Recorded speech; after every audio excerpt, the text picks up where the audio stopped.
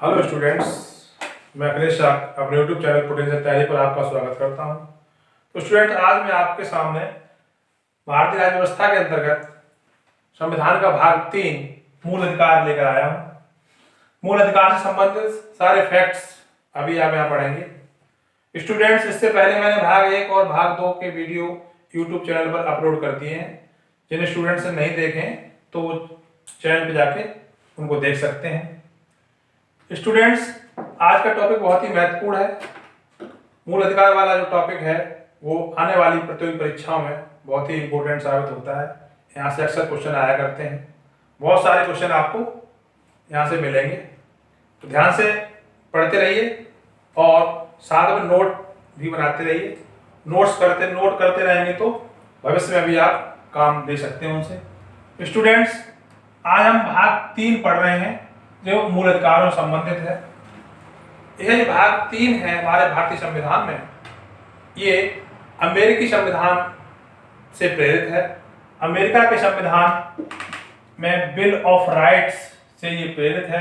अर्थात सीधी भाषा में हम कह सकते हैं हमारे भारतीय संविधान में मूल अधिकारों की अवधारणा यूएसए के संविधान से ली गई है। स्टूडेंट, संविधान निर्माताओं के दिमाग में एक बात थी कि व्यक्ति के विकास के लिए कुछ चीजें संविधान में लगाई जाए, तो संविधान निर्माताओं ने मूल अधिकार वाला टॉपिक संविधान में समाहित किया है। मूल अधिकार व्यक्ति के व्यक्तित्व के विकास के लिए बहुत ही आवश्यक है। इसके बिना व्यक्ति का विकास अधूरा होगा और व्यक्तित्व का विकास पूरा नहीं हो पाएगा। इसलिए बहुत ही इंपॉर्टेंट टॉपिक है। तो स्टूडेंट, जैसा कि हमारा संविधान 26 नवंबर 1949 को बनकर तैयार हो गया था, उस समय हमारे भारत के संविधान में 7 मूल अधिकार थे। 7 मूल अधिकार थे। तो उन 7 मूल अधिकारों में से एक 7वां मूल अधिकार जो संपत्ति का अधिकार था, जिसका वर्णन अनुच्छेद 31 में था। अनुच्छेद 31 में वर्णित संपत्ति का अधिकार, संपत्ति का अधिकार जिसका वर्णन अनुच्छेद 31 में था, वो मूल अधिकारों की श्रेणी से बाहर कर दिया गया है। तो स्टूडेंट, ध्यान रखना है कि प्रश्न यह बनता है कि हमारे भारत के मूल संविधान में कितने मूल अधिकार थे, तो आंसर होगा 7। वर्तमान में कितने मूल अधिकार हैं, तो सीधा उत्तर होगा 6। तो वर्तमान में हमारे संविधान में 6 मूल अधिकार हैं। जो एक 7वां मूल अधिकार था, संपत्ति का अधिकार, उसका विवरण कहां दिया था? अनुच्छेद 31 में। अनुच्छेद 31 में इसका वर्णन था।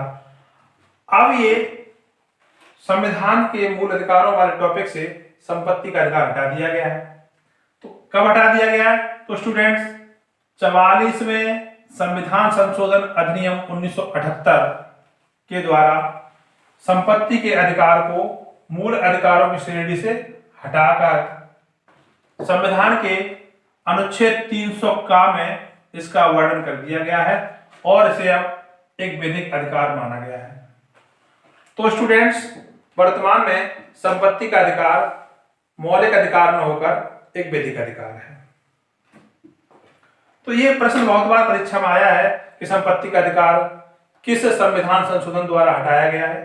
तो 44वें संविधान संशोधन अधिनियम 1978 द्वारा इसे हटा दिया गया है। तो इसे हटने के पश्चात अब हमारे संविधान में 6 मूल अधिकार बचते हैं। और वो 6 मूल अधिकार कौन से हैं? पहला है समानता का अधिकार। समानता का अधिकार जिसका वर्णन हमारे संविधान के अनुच्छेद 14 से 18 तक में दिया गया है। तो इस प्रकार से 14 से 18 यानी 5 अनुच्छेद हमारे समानता का अधिकार या समता का अधिकार जिसे कहते हैं, उसमें 5 अनुच्छेद है, इसका वर्णन है। दूसरा अधिकार है हमारा स्वतंत्रता का अधिकार, जो अनुच्छेद 19 से 22 तक वर्णित है। स्टूडेंट्स, तीसरा मूल अधिकार शोषण के विरुद्ध अधिकार है, जिसका वर्णन अनुच्छेद 23 और 24 में है। ठीक है। इसके बाद चौथा जो मूल अधिकार है वो है धर्म की स्वतंत्रता का अधिकार।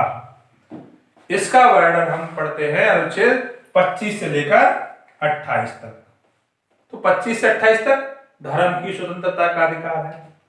इसके बाद पांचवा मूल अधिकार जो वर्तमान में है संविधान में, वो है सांस्कृतिक एवं शिक्षा संबंधी अधिकार।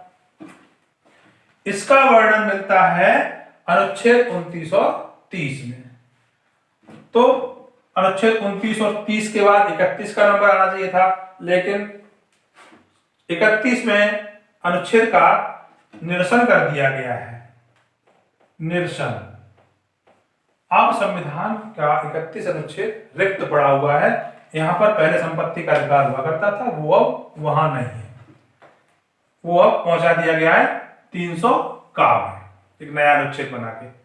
तो स्टूडेंट छठा मूल अधिकार जो हमारा होता है, जो है वर्तमान में, वो है संवैधानिक उपचारों का अधिकार, जिसका विवरण मिलता है अनुच्छेद 32 में।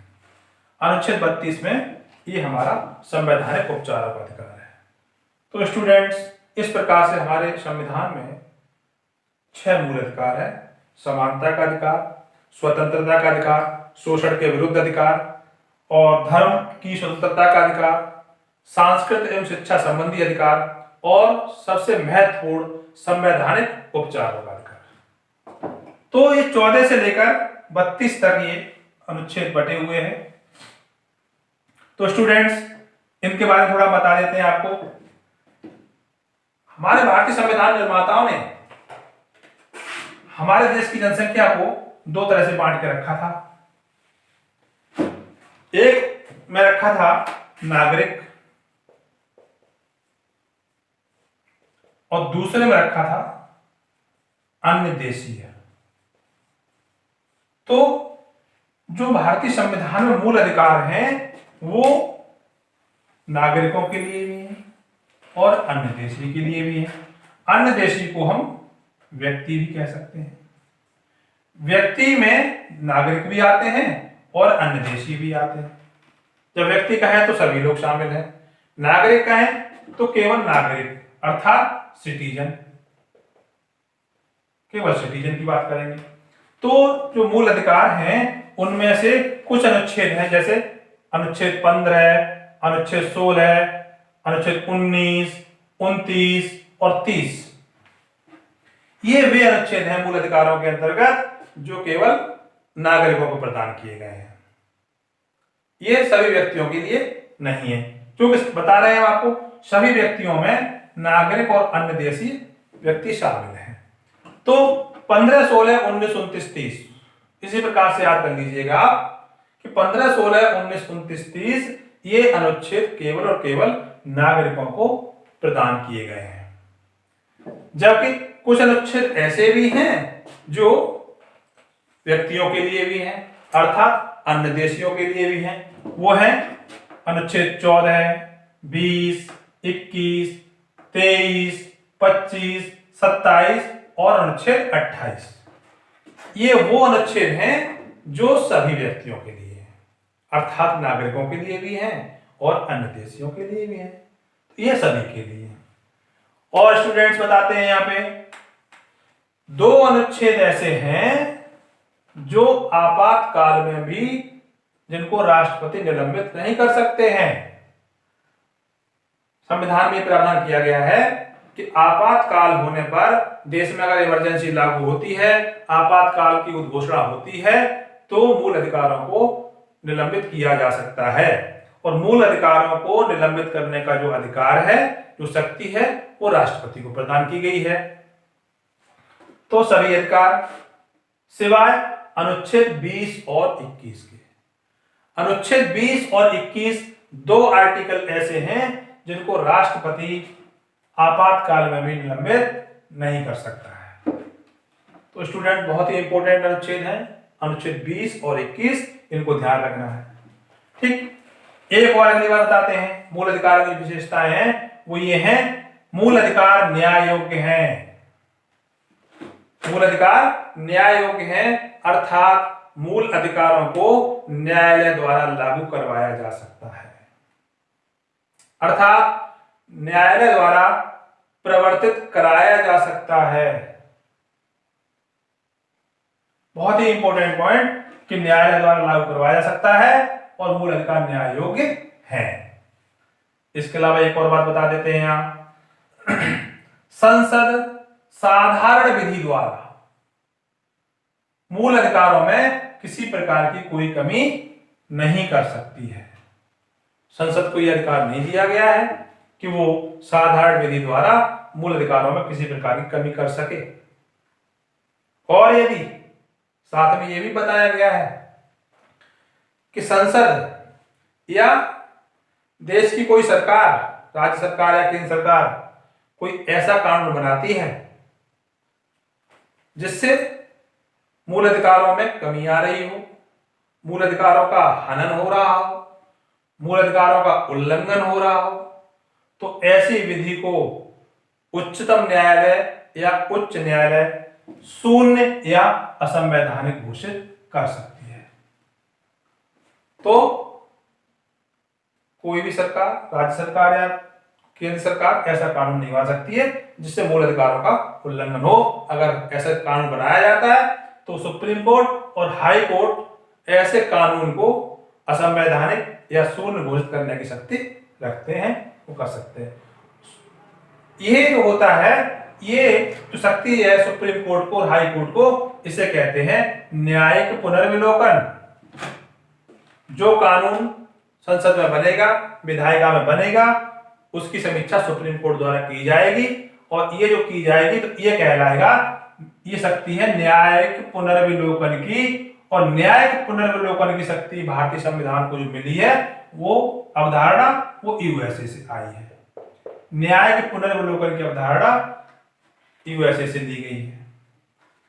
तो जब हमारे मूल अधिकारों का कोई उल्लंघन होता है, कोई हनन होता है या उनमें कमी की जाती है, तो हम हाई कोर्ट और सुप्रीम कोर्ट का रुख करते हैं, हाई कोर्ट और सुप्रीम कोर्ट की शरण में जाते हैं। इसलिए सुप्रीम कोर्ट और हाई कोर्ट को मूल अधिकारों का रक्षक माना जाता है, क्योंकि अनुच्छेद 32 के तहत हम सुप्रीम कोर्ट जाते हैं मूल अधिकारों की रक्षा के लिए, और वहीं अनुच्छेद 226 के तहत हम हाई कोर्ट जाते हैं मूल अधिकारों की रक्षा के लिए। तो मूल अधिकारों की रक्षा के लिए हमारे पास दो विकल्प हैं, हम हाई कोर्ट भी जा सकते हैं और सुप्रीम कोर्ट भी जा सकते हैं। पढ़ते हैं पहला मूल अधिकार। तो हमारा पहला मूल अधिकार है समानता का अधिकार, जिसे समता का अधिकार भी कहते हैं। समता का अधिकार या समानता का अधिकार एक ही बात है। इसमें 14 से 18 तक अनुच्छेद हैं। तो पहला अनुच्छेद हम इसमें पढ़ते हैं, अनुच्छेद 14। इसमें दिया गया विधि के समक्ष समता। विधि अर्थात कानून, कानून के समक्ष सभी नागरिक या फिर अनागरिक सभी समान हैं। अर्थात अनुच्छेद 14 जो है नागरिकों और अन्य देशियों को समान रूप से संरक्षण प्रदान करता है। इसका तात्पर्य यह है कि विधि के समक्ष समता है, कानून के समक्ष सभी समान है। यदि कोई अपराध होता है हमारे देश में, नागरिक अपराध करता है, वैसे ही अपराध अनागरिक करता है, तो दोनों को एक ही धाराओं में मुकदमा पंजीकृत किया जाएगा। कानून के सामने यहाँ नागरिक और अनागरिक दोनों ही समान है।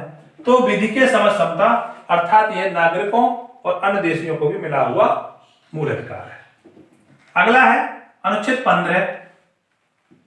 स्टूडेंट्स, समानता के अधिकार में 14, 15, 16, 17, 18 सभी अनुच्छेद इंपोर्टेंट हैं और सभी अनुच्छेदों से प्रश्न आते हैं परीक्षा में और केवल एक पूछा जाता है, अनुच्छेद 14 में क्या है, अनुच्छेद 15 में क्या है, 16 में क्या है, अनुच्छेद 17 बहुत इंपोर्टेंट है, इसमें क्या है, सारी चीजें पूछी जाती हैं। तो इसके बाद 15वां अनुच्छेद हमारा है, ये कहता है राज्य जाति, धर्म, मूलवंश, लिंग या जन्म स्थान के आधार पर विभेद नहीं करेगा। किसी व्यक्ति के साथ, किसी नागरिक के साथ उसकी जाति, उसका धर्म, उसका मूलवंश लिंग या जन्म के आधार पर कोई भेदभाव नहीं किया जाएगा। भारतवर्ष में रहने वाले व्यक्ति को नहीं पूछा जाएगा तुम कहाँ के रहने वाले हो। अगर तुम वहां के रहने वाले हो तो तुम्हें ये नहीं मिलेगा, यहाँ के रहने वाले हो तो ये नहीं मिलेगा। ऐसा करने से संविधान के अनुच्छेद 15 द्वारा रोका गया है।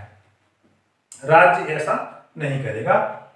ठीक, अगला है अनुच्छेद 16 है। इसमें कहा गया है लोक नियोजन में अवसर की समानता। लोक नियोजन अर्थात सरकारी नौकरियां, सरकारी नौकरियों में सभी नागरिकों को समान अवसर प्रदान किए जाएंगे।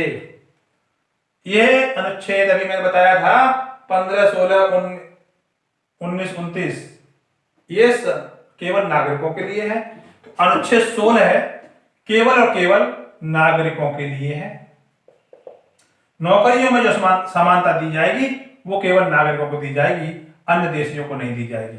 अवसर की समानता, अगर कोई लोक नियोजन में कोई वैकेंसी आती है तो उसकी एलिजिबिलिटी रखने वाले सभी छात्र उसमें अप्लाई कर सकते हैं। कोई भेदभाव नहीं किया जाएगा, बराबर अवसर दिया जाएगा। अगला है अनुच्छेद 17 अस्पृश्यता का अंत। अस्पृश्यता का तात्पर्य होता है छुआछूत। छुआछूत का अंत करता है अनुच्छेद 17 और साथ में छुआछूत को बढ़ावा देने वाले या उसका इस अनुच्छेद का पालन नहीं करने वाले व्यक्ति को अपराधी माना जाएगा और ऐसा करना अपराध घोषित किया गया है। तो अनुच्छेद 17 अस्पृश्यता का अंत करता है, छुआछूत के भेदभाव को मिटाता है। बहुत ही इंपॉर्टेंट अनुच्छेद है। अनुच्छेद 18 इसमें कहा गया है कि राज्य उपाधियां वितरण नहीं करेगा, उपाधियों से नहीं सम्मानित करेगा किसी भारतीय व्यक्ति को। उपाधियों का अंत कर दिया गया है, कोई उपाधियां नहीं दी जाएंगी सिवाय सेना और एजुकेशन के। स्कूली उपाधियां दी जाएंगी, सेना में उपाधियां दी जाएंगी, अन्य कोई उपाधियां राज्य द्वारा प्रदान नहीं की जाएंगी। उपाधियों का अंत कर दिया गया है। यदि विदेशों से भी कोई उपाधि भारतीय व्यक्ति को मिलती है तो वो राष्ट्रपति की अनुमति से ही ली जा सकती है, अन्यथा नहीं। इस प्रकार ये हमारा पहला मूल अधिकार समानता का अधिकार, जिसमें 14, 15, 16, 17, 18 अनुच्छेद तक है। इसके बाद दूसरा मूल अधिकार है स्वतंत्रता का अधिकार, जिसका वर्णन संविधान के अनुच्छेद 19 से लेकर 22 तक है। तो स्टूडेंट्स, स्वतंत्रता का अधिकार में अनुच्छेद 19, 20, 21, 22 पढ़ते हैं। पहला अनुच्छेद 19। स्टूडेंट्स, मूल संविधान में 19वें अनुच्छेद में 7 प्रकार की स्वतंत्रताएं प्रदान की गई थी, लेकिन वर्तमान में अभी 6 है। 7वीं वो संपत्ति का अधिकार वाला था, संपत्ति के अधिकार की स्वतंत्रता थी, वो जो है खत्म कर दी गई 44वें संविधान संशोधन अधिनियम 1978 द्वारा। इसके बाद 6 मूलभूत स्वतंत्रताएं प्रदान करता है अनुच्छेद 19, जिसमें 19 का जो है पहला, वह वाक एवं अभिव्यक्ति की स्वतंत्रता। वाक एवं अभिव्यक्ति की स्वतंत्रता, इसका तात्पर्य यह है कि अपने विचारों को व्यक्त करने के जितने भी साधन हैं वो सब इसी के अंतर्गत आते हैं। हम अपने विचारों को व्यक्त कर सकते हैं, जैसे प्रेस की स्वतंत्रता इसी में आती है, मीडिया, इलेक्ट्रॉनिक मीडिया, किसी कार्यक्रम का लाइव प्रसारण दिखाना, लाइव टेलीकास्ट दिखाना इसी में आएगा। तो इस प्रकार से विज्ञापन स्वतंत्रता, हमें कहीं अपना एडवर्टाइजमेंट कराना है, ऐड कराना है, तो ये जानने का अधिकार इसी में आएगा। तो वाक एवं अभिव्यक्ति की स्वतंत्रता, हमें अपने विचार व्यक्त करने की आजादी। बहुत इंपॉर्टेंट बात, मीडिया और प्रेस इसी के अंतर्गत आते हैं। ठीक है, ये आपका इस पे रहेगा। अगला है शांतिपूर्वक 19 खा में शांतिपूर्वक एवं निरायुध सम्मेलन की स्वतंत्रता। हम शांतिपूर्ण तरीके से कोई सम्मेलन कर सकते हैं। शर्त यही है निरायुध होना चाहिए।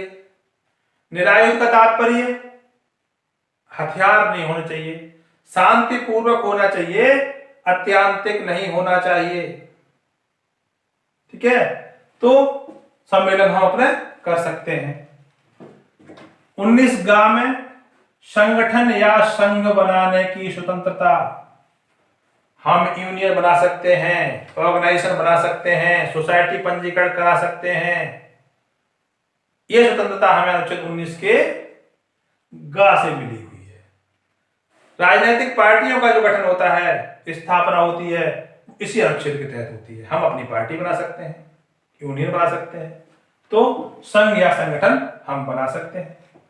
अनुच्छेद 19 घ ये कहता है भारत के राज्य क्षेत्र में अबाध संचरण की स्वतंत्रता।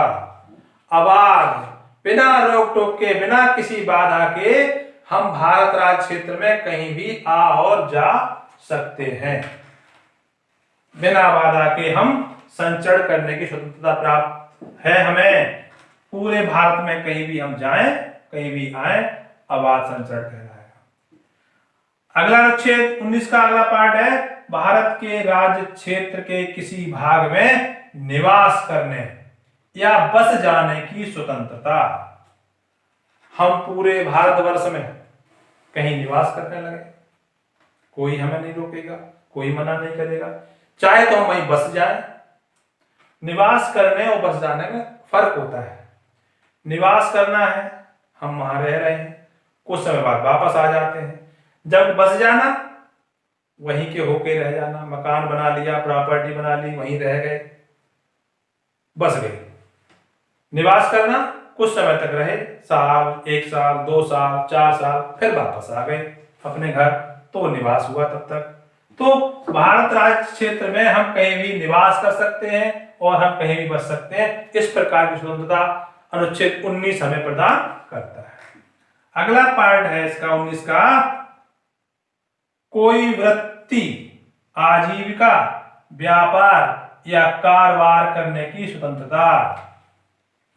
हम अपने जीविकोपार्जन के लिए कोई भी व्यवसाय, कारोबार, व्यापार कर सकते हैं, किंतु इसमें भी थोड़ा प्रतिबंध लगाती है सरकार, वो जनता के हित में। हम यहां तो कह दिया कोई वृत्ति, आजीविका, व्यापार, कारोबार करने की स्वतंत्रता। हम अपने जीविकोपार्जन के लिए, अपनी जीविका चलाने के लिए कोई व्यापार कर सकते हैं, किंतु जनता के हित में सरकार यहां व्यापार पर प्रतिबंध भी लगा सकती है। इस प्रकार से अनुच्छेद 19 हमें 1, 2, 3, 4, 5, 6 प्रकार की स्वतंत्रताएं प्रदान करता है। तो धरना प्रदर्शन होते हैं, सम्मेलन होते हैं। धरना प्रदर्शन कौन से में आएगा? धरना प्रदर्शन आएगा वाक एवं अभिव्यक्ति की स्वतंत्रता। धरना करना, धरना प्रदर्शन करना अपनी अभिव्यक्ति होती है, अपनी बात को सरकार तक पहुंचाना है या संबंधित प्रशासनिक अधिकारी तक पहुंचाना है, ये हमारा वाक एवं अभिव्यक्ति अधिकार होता है। तो इस प्रकार से अनुच्छेद 19। अगला देखते हैं अनुच्छेद 20। अनुच्छेद 20 में जो स्वतंत्रता है वो है दोष सिद्धि के संबंध में संरक्षण। अनुच्छेद 20 हमें दोष सिद्धि के संबंध में संरक्षण प्रदान करता है। संरक्षण कैसे करता है? इसमें कहा गया है कार्योत्तर विधियों से संरक्षण, अर्थात जब कोई कार्य किए जाते समय वो अपराध नहीं था। यदि कोई कार्य आज किया जा रहा है और आज कर रहे हैं तब वो अपराध नहीं है। अगर आज के बाद उसी कार्य को अपराध घोषित कर दिया जाए तो ये कहलाई कार्योत्तर विधि। जब कार्य किया जा रहा है तब अपराध नहीं है, आगे आने वाले समय में यदि उस कार्य को अपराध घोषित किया जाता है तो वो व्यक्ति अपराधी घोषित नहीं होगा, क्योंकि उसने जब वो कार्य किया था तब वो कार्य अपराध की श्रेणी में नहीं था। ये कार्योत्तर विधियों से संरक्षण करता है अनुच्छेद 20। भूतलक्षी विधि नहीं लगाई जा सकती, किसी भी कार्य पीछे वाले कार्य को अगले वाले कानून से प्रभावित नहीं किया जा सकता। एक और बात कही गई है इसमें, दोहरे दंड से संरक्षण, अर्थात किसी एक व्यक्ति को एक अपराध के लिए दंड मिल चुका है तो उस पर दोबारा उसे दंड नहीं दिया जा सकता और ना ही दोबारा उस पर अभियोग चलाया जा सकता है। तो अनुच्छेद 20 हमें कार्योत्तर विधियों से संरक्षण प्रदान करता है, दोहरे दंड से बचाता है, दोहरे दंड से संरक्षण प्रदान करता है, साथ ही किसी भी व्यक्ति को अपने ही स्वयं के विरुद्ध साक्ष्य देने के लिए विवश नहीं किया जाएगा, ऐसा अनुच्छेद 20 कहता है।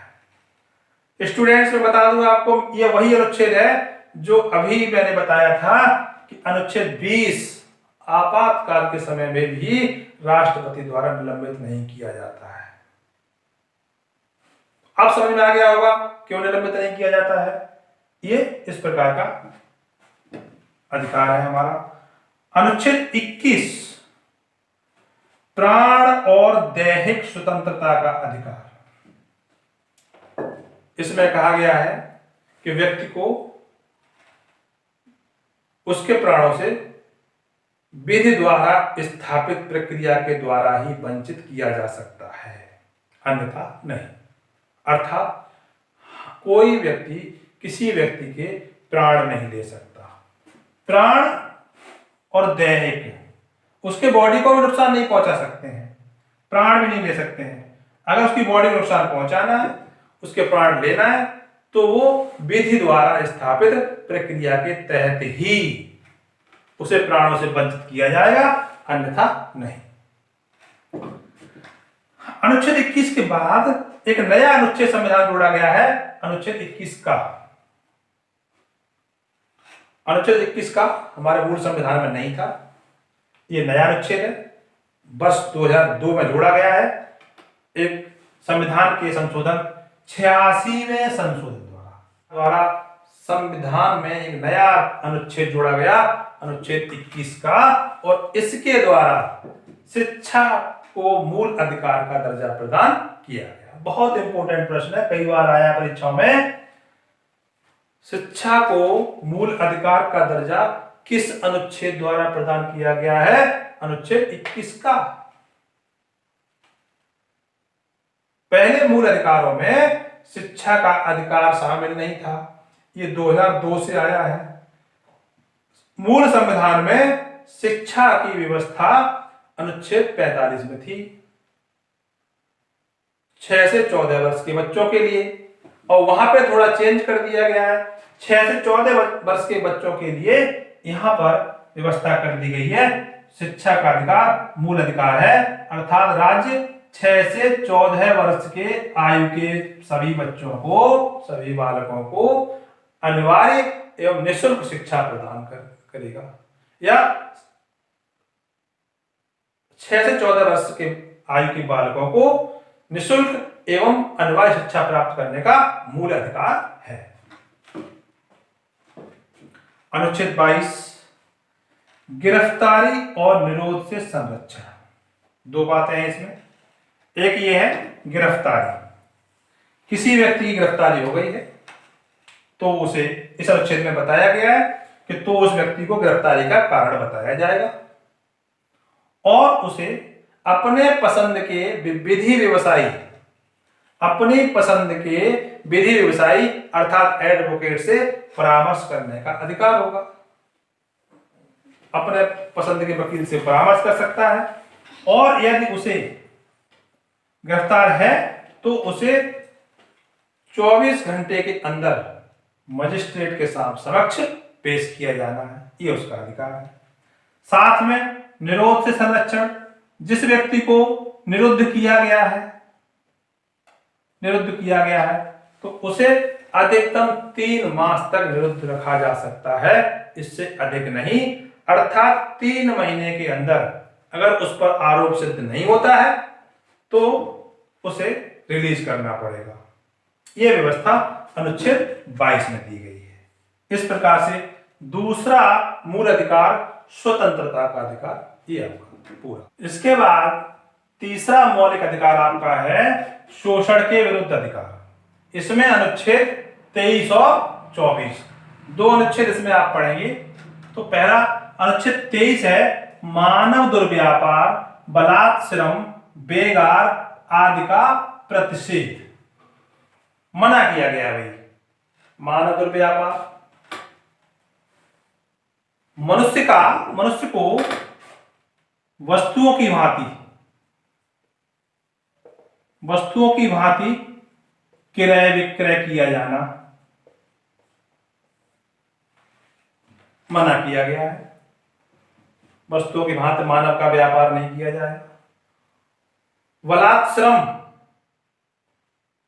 जबरन कार्य नहीं करवाया जाएगा। बेगार, काम कराने के बदले पैसे नहीं देने को बेगार कहा जाता है। इस बात का मना किया गया है। तो जैसे पूर्व में दास प्रथा बंद कर दी गई है। दास प्रथा को रोकता है अनुच्छेद 23। मानव की खरीद फरोख्त को रोकता है अनुच्छेद 23। जबरन काम करवाना, बंधुआ मजदूरी करवाना, काम करा के पैसे नहीं देना आदि को रोकता है अनुच्छेद 23। शोषण करने से बचाता है अनुच्छेद 23। शोषण नहीं करने देगा अनुच्छेद 23। तो शोषण के विरुद्ध अधिकार मानवों के दुर्व्यापार आदि में सुरक्षा प्रदान करता है। इसी प्रकार अनुच्छेद 24 बालकों के नियोजन का प्रतिषेध। बालकों को जोखिमपूर्ण कार्यों जैसे कारखानों, खानों आदि में नियोजित नहीं किया जाएगा। विशेष रूप से 14 वर्ष की आयु तक के बच्चों को जोखिमपूर्ण कार्यों में, कारखानों में, खानों में आदि में इनका नियोजन नहीं किया जाएगा। ऐसा इसलिए कहा गया है बच्चों की सुकुमार अवस्था को ध्यान में रखते हुए। 14 साल से कम उम्र के बच्चों की अवस्था कोमल अवस्था के बच्चे होते हैं, तो जोखिमपूर्ण कार्यों में उनको नहीं लगाया जाना है। इस बात का मना करता है अनुच्छेद 24। तो स्टूडेंट्स ये दोनों ही बहुत ही महत्वपूर्ण अनुच्छेद हैं 23-24। मानव दुर्व्यापार के संबंध में कौन सा अनुच्छेद है? अनुच्छेद 23। और बालकों के संबंध में जो अनुच्छेद है जो बालकों को शोषण से रोकता है, तो ये अनुच्छेद 24 आपका होता है। स्टूडेंट्स इसका शेष भाग 3 मूल अधिकार लगे अगले पार्ट में हम स्टडी करेंगे। वीडियो लंबा हो जाएगा, तो ये हो गया। इसके बाद 3 मूल अधिकार और इनकी विशेषताएं आदि हैं वो अगले वीडियो में आपके समक्ष प्रस्तुत की जाएंगी। नमस्कार।